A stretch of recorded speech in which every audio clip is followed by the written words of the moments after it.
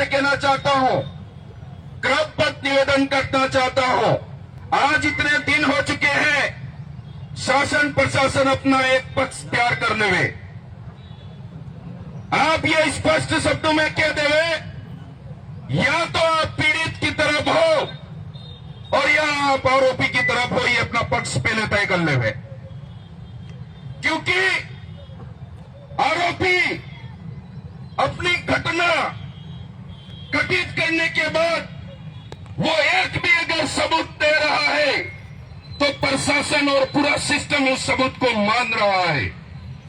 वो आरोपी कह रहा है मैं यहां हूं, तो भी उस प्रशासन उस बात को मान रहा है।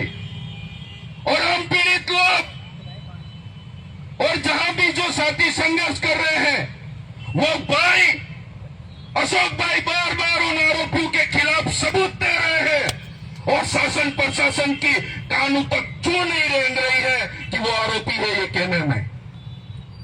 मैं तो प्रशासन से कहना चाहता हूं, वर्दी उतार दो और पार्टी का छोला पहन लो, बहुत सारी जगह चुनाव लड़ लोगे आप। उतार दो उस चीज को, समझ में आ जाएगी।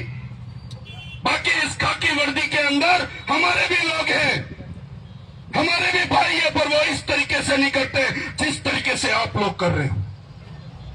क्योंकि आज इतने दिन हो गए, वो घटना घटित नहीं होती जब वो व्यक्ति उसकी उस घटना की साजिश नहीं रचता। तो उस घटना को अंजाम देने के लिए 5 से 7 दिन तक का प्लान बनाया है, पूरा चक्रव्यूह बनाया है और उस चक्रव्यूह के अंदर हमारे भाई को उलझा करके उसको मौत के घाट उतार दिया। मैं तो शासन प्रशासन से कहना चाहता हूं, आज ही आप अपना पक्ष बता दें ताकि हमें समझ में आ जाएगा कि यहाँ जो शासन प्रशासन है वो हमें न्याय कतई और कभी भी नहीं देने वाला है। तब हम आदिवासी समाज को समझ में आएगा।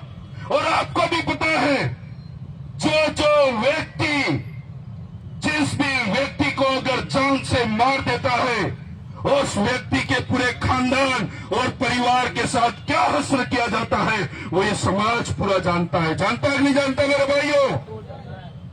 हमें पता है, अगर आप उन आरोपियों को बचाने के लिए लाखों करोड़ों दे रहे हो, मैं यहां खड़ा होकर के कहना चाहता हूं 1 करोड़ आज की 5 बजे से पहले हम इकट्ठा करके आपको देते हैं। उस दरिंदे को ला करके हमारे बीच में खड़ा कर दो, सजा हम देंगे। ये बात कह रहे हो,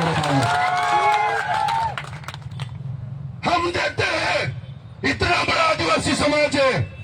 और तो और कहना चाहता हूं, जिस भी तरीके से उन दरिंदों के खिलाफ कार्रवाई होनी चाहिए, नहीं तो पूरे इस इलाके के अंदर, इस टेरिटरी के अंदर और नामजद आरोपियों के खिलाफ उनको पूरे यहां से इस इलाके से देश निकाला किया जाएगा। ये बात यहां से कहना चाहता हूं मेरे भाइयों, क्योंकि वो ऐसे दरिंदों को कोई भी हक नहीं है उसके समाज के अंदर रहने का। क्या मेरे भाइयों होना चाहिए कि नहीं होना चाहिए? आप हाथ खड़ा करके आह्वान करिए मेरे भाइयों, क्योंकि यह समाज का और आदिवासी समाज का सामाजिक फैसला है। वो व्यक्ति उसके गांव के अंदर उसके सगे संबंधी से लेकर के जो व्यक्ति उसके अंदर शामिल है, वो इस आदिवासी समाज के अंदर कोई भी और कभी भी कोई नाता नहीं रहेगा और इसको यहां से बाहर इलाकों में भेजना पड़ेगा।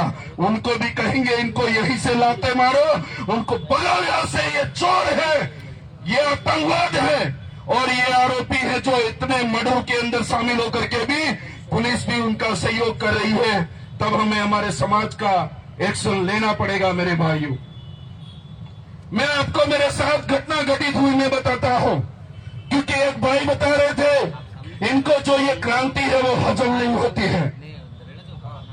नेता तो अलग बात, और जो वर्दी के अंदर भी नेता लोग बिठा रखे हैं वो इनको सपोर्ट कर रहे हैं। मैं बताता हूं 28 तारीख की मेरे भी घर के अंदर मेरे पिता के ऊपर हमला हुआ। आप सबकी दुआ है, वो जिंदा है आज। 15 से 16 टाके उनके सर के अंदर आए। वो क्यों? उस व्यक्ति को रोकने के लिए। मेरा एक व्यक्ति है, उसको रोक करके कानों पर मारा और उसके कान के अंदर छेद हो गए। उसके बाद मैंने सीडीआर बीटीएस और लोकेशन की हर एक चीजें मैंने सीसीटीवी ले जाकर के उनके थोबड़े पर मारी। और वो कह रहे हैं कि आरोपी तो ना बोल रहा है और कह रहा है मैं तो सौगंध खाने के लिए तैयार हूं, मैं था नहीं। और खाकी में बैठे हुए पार्टी के गुंडे वो उसको बचाने का काम कर रहे हैं।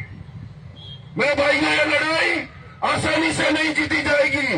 आज मेरे साथ है, मैं आपको कहना चाहता हूं इस भाई को न्याय नहीं मिला, हम आगे तक जाएंगे। और जो साजिश करके मर्डर किया है, जो मर्डरिस्ट हैं, जो हत्यारे हैं, उनको तो सजा होगी ही सही। और 15 दिन तक इधर उधर कार्रवाई कर रहे हैं करके हमको बेवकूफ बनाने वाला जितना भी शासन प्रशासन है, सबसे पहले उनके खिलाफ हम एक कोर्ट के अंदर एफआईआर दर्ज कराएंगे मेरे भाइयों।